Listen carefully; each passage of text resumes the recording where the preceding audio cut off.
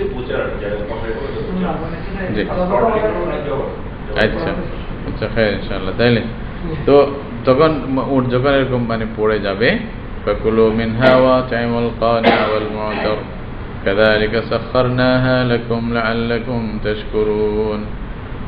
ওইখান থেকে তোমরা নিজেরাও খাবে। ওয়াল কানিআ ওয়াল মু'তার, তার মানে যে গরিব মানুষ যেগুলা মানে মাটির সাথে মিলে আছে, মানে মাটির মানুষ, মিসকিন গরিব ফকির, এটা আর কি উদ্দেশ্য, এটাই এগুলো আর কি তোমরা খাওয়াবে। কাযালিকা সাখখারনাহা লাকুম লাআল্লাকুম তাশকুরুন। এভাবে আল্লাহ বলছে আমি তোমাদের জন্য এটা তোমাদের আয়ত্তে দিয়ে দিয়েছি যেন তোমরা শুকরিয়া আদায় করো। লান ইয়ানালাল্লাহা লুহুমুহা ওয়ালা দিমাউহা ওয়ালাকিন ইয়ানালুহুত তাকওয়া মিনকুম কাযালিকা সাখখারাহা লাকুম লিতুকাব্বিরুল্লাহা আলা মা হাদাকুম ওয়া বাশশিরিল মুহসিনিন। এটা স্পষ্ট যে এই মানে কুরবানি এটার উদ্দেশ্য কি? উদ্দেশ্য হলো আসলে তাকওয়া। ওই যে সব কিছুর উদ্দেশ্য মেইন কিন্তু তাকওয়া। কুরবানি একটা ইবাদত যেটা সব দিনের মধ্যে ছিল, ওটার উদ্দেশ্য তাকওয়া। বলছে আল্লাহর কাছে কখনো এদের গোশত এদের রক্ত এগুলা পৌঁছে না, মানে উটের মানে গরুর বা মোষ যেগুলা জবাই করবেন, ছাগল, এগুলার রক্ত মাংস আল্লাহর কাছে যাবে না, কেউ পৌঁছাবেও না। এটা হলো কি ওয়ালাকিন ইয়ানালুহু আত-তাকওয়া মিনকুম, তোমাদের অন্তর থেকে যে তাকওয়া আছে, তোমরা আল্লাহকে ভয় করো, তোমরা আসলে মানে আল্লাহর আযাব থেকে বাঁচার জন্য করতেছো কিনা, আল্লাহর সম্মান তোমাদের অন্তরে আছে কিনা, এটাই তোমাদের কাছ থেকে পৌঁছবে, তোমাদের নিয়তটা পৌঁছবে। তোমাদের নিয়ত কি ছিল? এটা কি মানুষকে দেখানোর জন্য? এটা কি এটা বলার জন্য যে পত্রিকায় হেডিং আসুক আমি সবচেয়ে বড় দামি মানে গরু কোরবানি করছি, এটার জন্য? নাকি আল্লাহকে দেখানোর জন্য, আল্লাহকে রাজি খুশি করার জন্য? তাহলে এটাই বড় জিনিস, যেটা গরিবের ফায়দা হয়। হয়তো এরকম একটা গরু না কিনে হয়তো 10-20টা কেনা যাইতো, ওই পয়সা দিয়া মজবুত গরু কেনা যাইতো, গরিবরা বেশি গোস্ত পাইতো, এটা ভালো হইতো, মানে গরিবরা একটা খাইতে পারতো। তো এগুলাই আর কি নিয়ত ওইখানেই আসলে মেন। হ্যাঁ,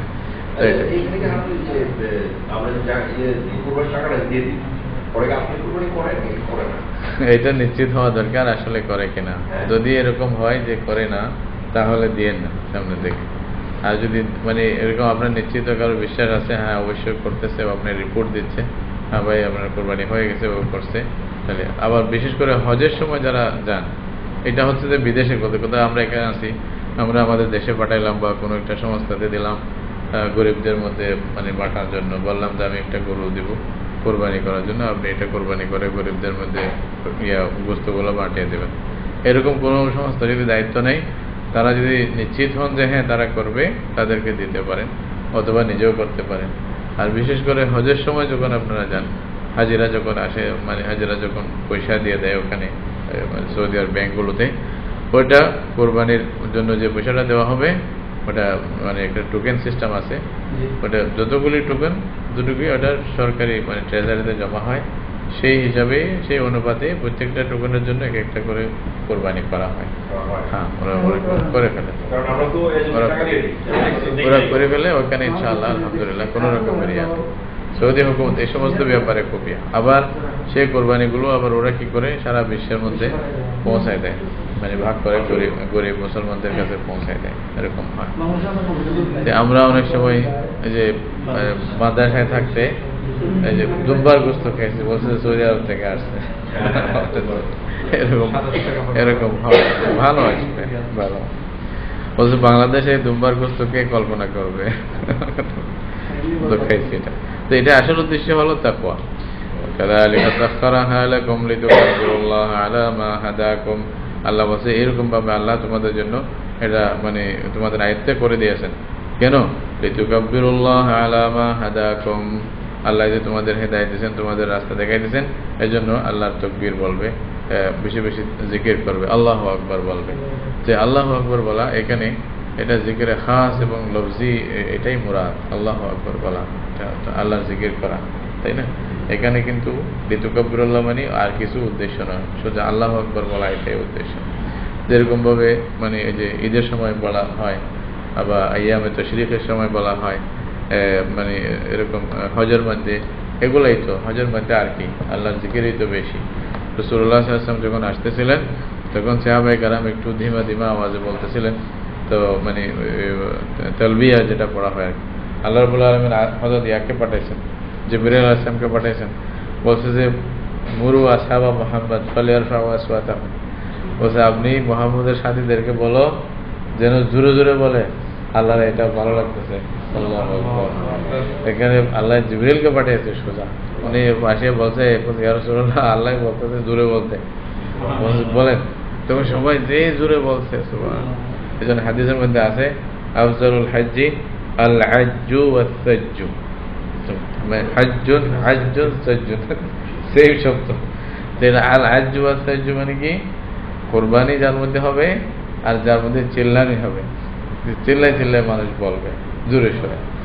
ওমর রাদিয়াল্লাহু তাআলা আনহুর জমানায় আব্দুল্লাহ ইবনে ওমর যখন খাইমাতে থাকতেন, খাইমার মধ্যে এমন জোরে সোরে তাকবীর বলতেন যে আশেপাশে সব লোকেরা হুজুম আওয়াজ হতো বিরাট করে, এরকম জোরে জোরে তাকবীর বলা। এটা ইবাদত আসলে, এর জন্য হয়তো কেউ বলবে যে এরা কেমন খালি চিল্লাইতেছে, ওইটাই ইবাদত, আল্লাহর এটা ভালো লাগে, তাই না? কিছু মানে মানে আন্দাকে দিওয়ানা বাস, হারচে বাসি বাস লেখেন আন্দাকে দিওয়ানা বাস, এটাও ভালো লাগে। অনেক তো টুপি পরছো, অনেক তো মানে খুব দামি দামি সাপ্পল পরছো, দামি কাপড় পরছো, এই কিছুদিন কখন ফরিয়া মানে খালি পায়ে মানে খালি মাথায় দেখি একটু ঘোরাফেরা করো না, আল্লাহ আল্লাহ করো না, চিল্লাও না, কেমন লাগে? এইটাও ভালো লাগে আল্লাহর কাছে, এটা কত মজা লাগে না? এখানে সবাই আল্লাহু আকবার, হ্যাঁ, ওজির মন্ত্রী বাদশা সবাই একসাথে গরিব আল্লাহ আল্লাহ, একই একই লেবাস, একই সবকিছু, আল্লাহকে তালাশ করতেছে। আল্লাহু আকবার। আজীব আসলে, যারা ব্যাখ্যা করতে জানে অত সুন্দর করে হজের ব্যাখ্যা করবে, আরো মজার কথা নিয়ে বলবে। দেখেন এগুলাই আল্লাহ চাইতেছেন। হ্যাঁ, লিতুকাব্বিরুল্লাহ আলা মা হাদাকুম ওয়া বাশশিরিল মুহসিনিন, তারা যেন আল্লাহ মানে আল্লাহ যে হেদায়েত দিয়েছেন এটার উপরে তাকবীর বলে আল্লাহর বড়ত্ব বর্ণনা করে, ওয়া বাশশিরিল মুহসিনিন, যারা ভালো কাজ করে তাদেরকে আপনি সুসংবাদ দেন। ইন্নাল্লাহা ইউদাফিউ আনিল্লাযীনা আমানু ইন্নাল্লাহা লা ইউহিব্বু কুল্লা খাওয়ানিন কাফুর। সুবহানাল্লাহ।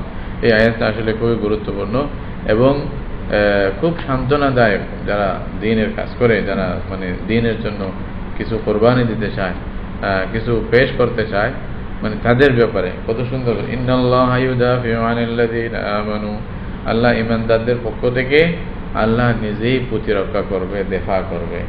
মানে ঈমানদারদের পক্ষে আল্লাহ নিয়ে আল্লাহ বলবে তোমরা তো চিন্তা করছো কেন, তুমি ঈমানদার, তুমি মজবুত, তুমি আল্লাহর উপর ভরসা করো, আল্লাহ তোমার পক্ষ থেকে করে দেবে, তোমাকে অত চিন্তা করতে হবে না। আসলে এটা হয়ে যায়, দেখা যায় কোনো মানে আল্লাহর বান্দাদের ব্যাপারে কেউ উল্টাপাল্টা বললে আরেকজন আসিয়া হয়তো এটা মানে সুন্দর করে বুঝাই দেয় বা এটা মানে সুরা হয়ে যায়, এরকম দেখা গেছে। আর বিশেষ করে মুশরিকিনরা যেভাবে মানে চাচ্ছিল বলছে মুসলমানদের জন্য, তো মুসলমানদের পক্ষে আল্লাহ হয়ে আল্লাহ দিফা করবে, আল্লাহ তাদের পক্ষ অবলম্বন করবে, তাই তোমাদের আর চিন্তা করতে হবে না। তো এর চেয়ে বড় মানে সান্ত্বনাদায়ক কথা মুসলমানদের জন্য, ঈমানদারদের জন্য আর কি হতে পারে, যে আল্লাহ আমার পক্ষে মানে দিফা করবে, হ্যাঁ না? ইন্নাল্লাহা লা ইউহিব্বু কুল্লা খাওয়ানিন কাফুর। আর মনে রাখো যে আল্লাহ প্রত্যেক খেয়ানতকারী এবং অস্বীকারী কাফেরদেরকে আল্লাহ মোটেও পছন্দ করেন না। যারা খেয়ানত করে, যারা মানে ওয়াদা খেলাফি করে, উল্টা পাল্টা করে, তাদেরকে আল্লাহ পছন্দ করেন না, ভালোবাসেন না। উযিনা লিল্লাযীনা ইউকাতালুনা বিআন্নাহুম যুলিমু ওয়া ইন্নাল্লাহা আলা নাসরিহিম লাকাদির। এটা বলতেছে যারা মানে মানে আল্লাহর পক্ষ থেকে অনুমতি দেওয়া হয়েছে ওই সমস্ত লোকদের জন্য যাদের সাথে যুদ্ধ করা হচ্ছে। কেন? বিআন্নাহুম যুলিমু, তারা মজলুম ছিল, এই জন্য তাদেরকে অনুমতি দেওয়া হয়েছে এখন তোমরা যুদ্ধ করো। মুসলমানরা মক্কা শরীফ থেকে মক্কা ত্যাগ করে মদিনায় যখন গেলেন তখন থেকেই এই আদেশটা জিহাদের যে অনুমতি ছিল আল্লাহর পক্ষ থেকে, এটা জিহাদের অনুমতি ছিল। মানে কারণ কি? বিআন্নাহুম যুলিমু। তাহলে জুলুমের যখন শেষ সীমা হয় তখন তাদের জন্য অনুমতি হয় দেফা করা ওদের পক্ষ থেকে। তো এখন মানে তোমরা খাড়া হয়ে যাও, আল্লাহ তোমাদের সাথে থাকবে। এটা ওয়া ইন্নাল্লাহা আলা নাসরিহিম লাকাদির, আল্লাহ মানে তাদের সাহায্যের জন্য আল্লাহ অনেক মানে যথেষ্ট, আল্লাহ মানে সর্বশক্তিমান শক্তিশালী, আল্লাহ তাদের সাহায্য করবেন। কারা? আল্লাযীনা উখরিজু মিন দিয়ারিহিম বিগাইরি হক, যাদেরকে তাদের দেশ থেকে বিতাড়িত করা হয়েছে অন্যায়ভাবে। এই যে মুসলমানদেরকে হ্যাঁ বেঘর করা হলো, ঘর থেকে মানে দূরে সরাই দেওয়া হলো, এটা আসলে ন্যায় ছিল না, ইনসাফ ছিল না, অন্যায় ছিল। তাদের দোষ ছিল কি? এরা শুধু এটাই বলছে যে আমাদের প্রভুকে আল্লাহ, এটা বলছে, মূর্তি পূজার বিরোধিতা করছে। হ্যাঁ, তারা মানে শিরকের মধ্যে আসে নাই, আল্লাহর উপরেই ভরসা করছে, আল্লাহকে রব বলছে। এই জন্যই তাদেরকে ঘর থেকে বিদায় মানে বিতাড়িত করা হলো। আল্লাহ বলছে এটা একটা আল্লাহর হিকমত আছে যে আল্লাহ তারা মানে পৃথিবীর মধ্যে একটা গ্রুপের মাধ্যমে আরেকটা গ্রুপকে দমন করে। আল্লাহ যদি মানুষকে মানে পরস্পরের মাধ্যমে যদি দমন না করতেন, লাহুদ্দিমাত সাওয়ামিউ ওয়া বিয়াউন ওয়া সালাওয়াতুন ওয়া মাসাজিদু ইউযকারু ফিহা ইসমুল্লাহি কাসীরা, তাহলে এই যে মানে কাফেরদের যে ইবাদতখানা, সৌমা মানে তাদের গির্জা, মানে যেখানে তারা ইবাদত করবে, বিয়াউন যেটা এটাও ইবাদতখানা আর কি, ওয়া সালাওয়াতুন আর তাদের ইহুদিদের মসজিদ, মাসাজিদ মুসলমানদের যেটা মাহবুদ মসজিদ, এই সমস্ত সবকিছু ধ্বংস করে দেওয়া হতো, সবকিছু মানে ভেঙে দেওয়া হতো, একটা তো মানে টিকে থাকতো না। তো আল্লাহ রাব্বুল আলামিনের এটা নিয়ম, কখনো এদেরকে কখনো ওদেরকে, এভাবেই আল্লাহর ইবাদতের যে সিস্টেম এটা দুনিয়াতে আল্লাহ চালু রাখেন। এভাবে বলা যায় অনেক সময়ের জন্য যদি আপনি শান্তিতে ইবাদত করতে পারেন, তাহলে যে মানে হুকুমের যে অবস্থা থাকে, শাসনের যে অবস্থা থাকে, ওই অবস্থাকে খামখা পরিবর্তন করার জন্য উঠে পড়ে লাগা, এটাও মানে ইসলাম মানে পুরোপুরি অনুমতি দেয় না। যে আপনার যদি ইবাদতের পরিবেশ নষ্ট না করে, মানে স্পষ্ট যদি কুফরের যদি না করে, হুকুম না দেয় কোনো রাজা, মানে তাকে এখনই নামাইতে হবে এরকম করে তার পেছনে উঠে পড়ে লাগা, লাঠি ছোটা নিয়ে বের হয়ে যাওয়া, এই ফুরুজের অনুমতি দেয় না। হ্যাঁ, আপনি যেটা নিয়ম আছে নিয়ম মতে আপনি তাকে চেঞ্জ করার জন্য যদি এরকম কিছু ভুল দেখা যায়, এগুলো চেঞ্জ করার জন্য দাবি করেন, এটা নিয়ম মতে যান, শান্তিভাবে যান, এটার অনুমতি আছে, এটা অসুবিধা নেই। কিন্তু একটা ফিতনা হয়ে যাওয়া, মুসলমানরা খামখা লাঠি ছোটা নিয়ে মানে অস্ত্র নিয়ে জিহাদ করতে যাবো বলে একটা ফিতনা করা, এটা আমরা অনুমতি ইসলামে দেয় না। এই জন্যই এটা বিশৃঙ্খলা হবে, এটা থেকে বাঁচার জন্য। তো রাসূলুল্লাহ সাল্লাল্লাহু আলাইহি ওয়াসাল্লাম হাদিসের মধ্যে যেভাবে বলছে, যদি ওরা নামাজ না পড়ে শাসকেরা কি করবে? তো বলছে ইয়া রাসূলুল্লাহ আপনি বলেন কি করবো? তো বলছে নামাজ না পড়লে তোমরা অক্তমতে পড়ে ফেলবে, ওরা যখন আবার পড়তে চায় তখন তাদের সাথে আবার পড়বে। সুবহানাল্লাহ, আল্লাহ রাসূল এই শিক্ষা দিয়েছে উম্মতকে মানে ইয়ার জন্য। এটাকে যখন বেশি জুলুম করবে, তো রাসূল সাল্লাল্লাহু আলাইহি ওয়াসাল্লাম এটাও বলছে তোমরা আমার পরে মানে একটা দেখবো যে অন্যকে প্রাধান্য দেওয়া হচ্ছে, এটা দেখবে কি তোমাদেরকে বাদ দিয়ে আরেকজনকে প্রাধান্য দিচ্ছে, তখন কি করবে? বলছে যে ইয়া রাসূলুল্লাহ আমরা কি করবো? বলছে তোমরা যদি এরকম কিছু দেখো, ফাআলাইকুম বিসুন্নতি ওয়া সুন্নাতিল খুলাফায়ে রাশিদিন আল মাহদিয়িন, তোমরা আমার তরিকাকে অবলম্বন করে থাকো, এদিক সেদিক যাবে না, এটা নিয়েই আমার সাথে হাউজে কাউসারে আসিয়া মেলো।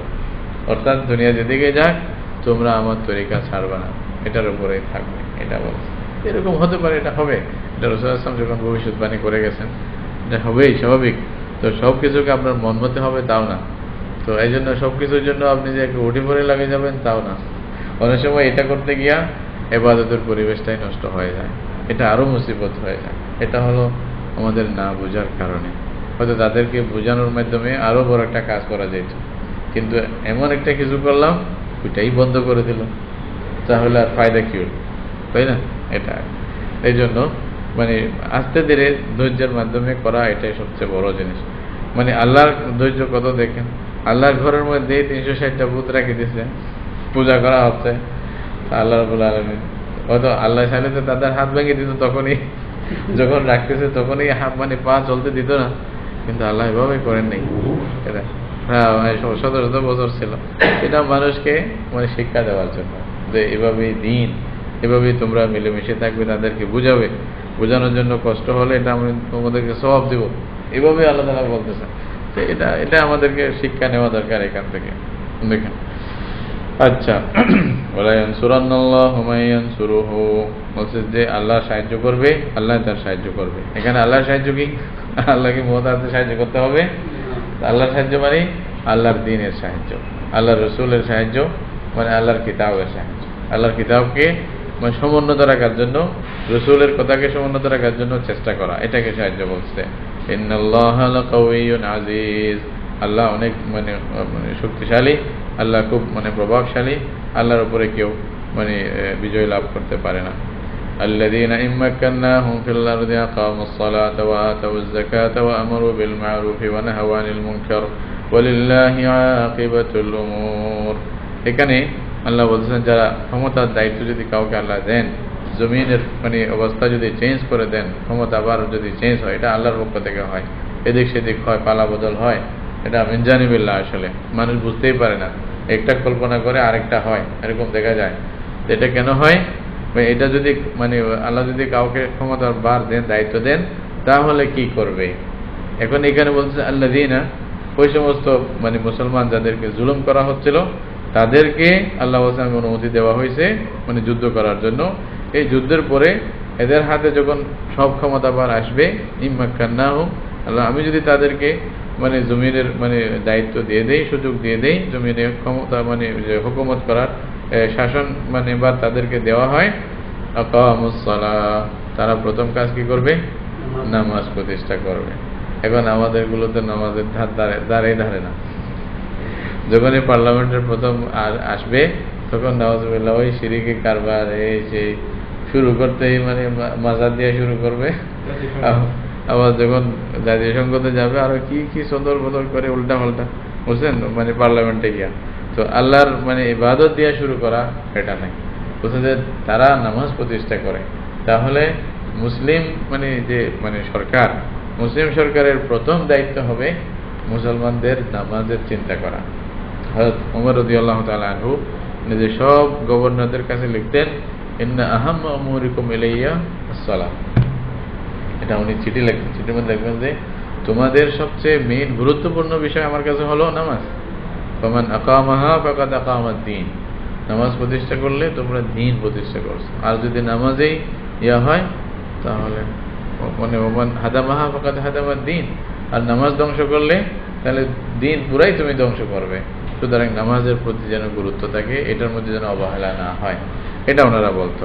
তাহলে মুসলমানদের এটা নামাজের বিল উত্থাপন করা এটাকে অন্তত জরুরি না, যে ভাই মুসলমানদেরকে 5 ওয়াক্ত নামাজ বাধ্যতামূলক করা হোক, এইটা অন্তত আমরা বিল আনি না একবার, ইতিহাস হয়ে যাক না, ওকে মানবে না মানুক। একটা কথা মানুষের কানে আসুক না যে নামাজ একটা গুরুত্বপূর্ণ জিনিস। এখন তো পার্লামেন্ট নামাজের নামেই শুনে না, পার্লামেন্ট যদি আল্লাহকে সেজদা করে তাহলে জনগণ তো এমনিও সেজদা করবে, তাই না? তো এগুলাই পার্লামেন্টকে এমন বানাইতে হবে, ওখানে কোরআন প্রতিষ্ঠা করতে হবে, ওখান থেকে কোরআনের আওয়াজ আসবে, ওখানেই জামাতের সাথে নামাজ পড়বে, তাহলে অন্যরা দেখে অবশ্যই এদিকে আসবে, আল্লাহর দ্বীনের দিকে নত হবে মানুষ। ওয়াতাউয যাকাত, এবং তারা যাকাত আদায় করে, নামাজ যাকাত এগুলার ব্যবস্থা করে। ওয়া আমারু বিল মা'রুফি ওয়া নাহাউ আনিল মুনকার, এবং ভালো কাজের আদেশ দিবে, খারাপ কাজ থেকে মানুষকে বাধা দিবে। ওইটা বলে আমর বিল মা'রুফ নাহি আনিল মুনকার, এই দায়িত্ব তাদের উপরে। নামাজ, যাকাত, আমর বিল মা'রুফ নাহি আনিল মুনকার, এইটার মধ্যে পুরা শরীয়তের কথা চলে আসছে একসাথে। ওয়ালিল্লাহি আকিবাতুল উমুর, আর শেষ পরিণতি মানুষের কি হয় না হয় এটা তো আল্লাহর উপরে সুবুর্দ। আপনারা আপনার কাজ করে যান, কে আল্লাহর ওয়াস্তে পড়লো, কেউ ডরে পড়লো, এটা পরে দেখা যাবে, তোমরা তোমাদেরটা করো, তাই না? এবং মানুষকে করতে বলো, পরে আল্লাহ অন্তরের বিষয়টা সেটা আল্লাহ দেখবে।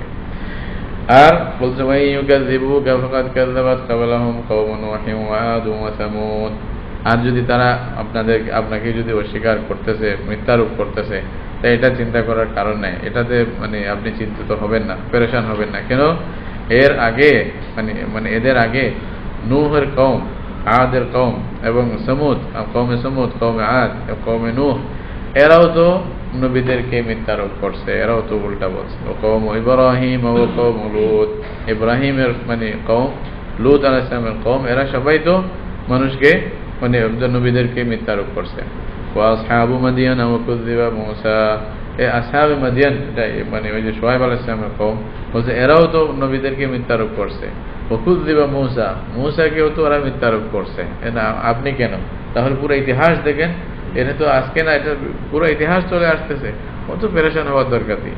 ফাআমলাইতু লিল কাফিরিনা সুম্মা আখাযতুহুম ওয়া কাইফা কানা নাকির, আল্লাহ বলছে আমি তারপরে এই যে কাফের যারা ছিল তাদেরকে একটু সময় দিয়েছিলাম, হ্যাঁ, মানে একটা মানে সময় দিছি, একটা নির্দিষ্ট সময় দিছি, তারপরে কি করছি, তুম্মা আখাযতুহুম, তারপরে আমি ধরছি।